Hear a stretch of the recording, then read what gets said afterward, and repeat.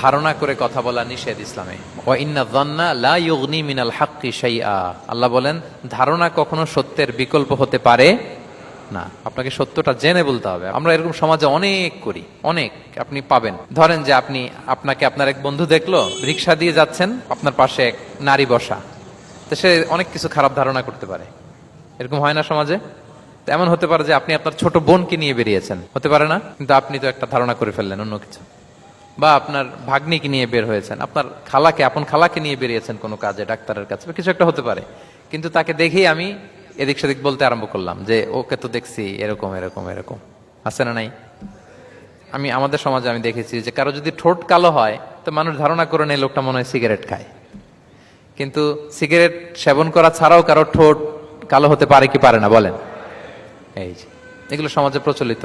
বিয়ে করার পর ইমিডিয়েট যদি কেউ একটা গাড়ি কিনে বা হুন্ডা কিনে,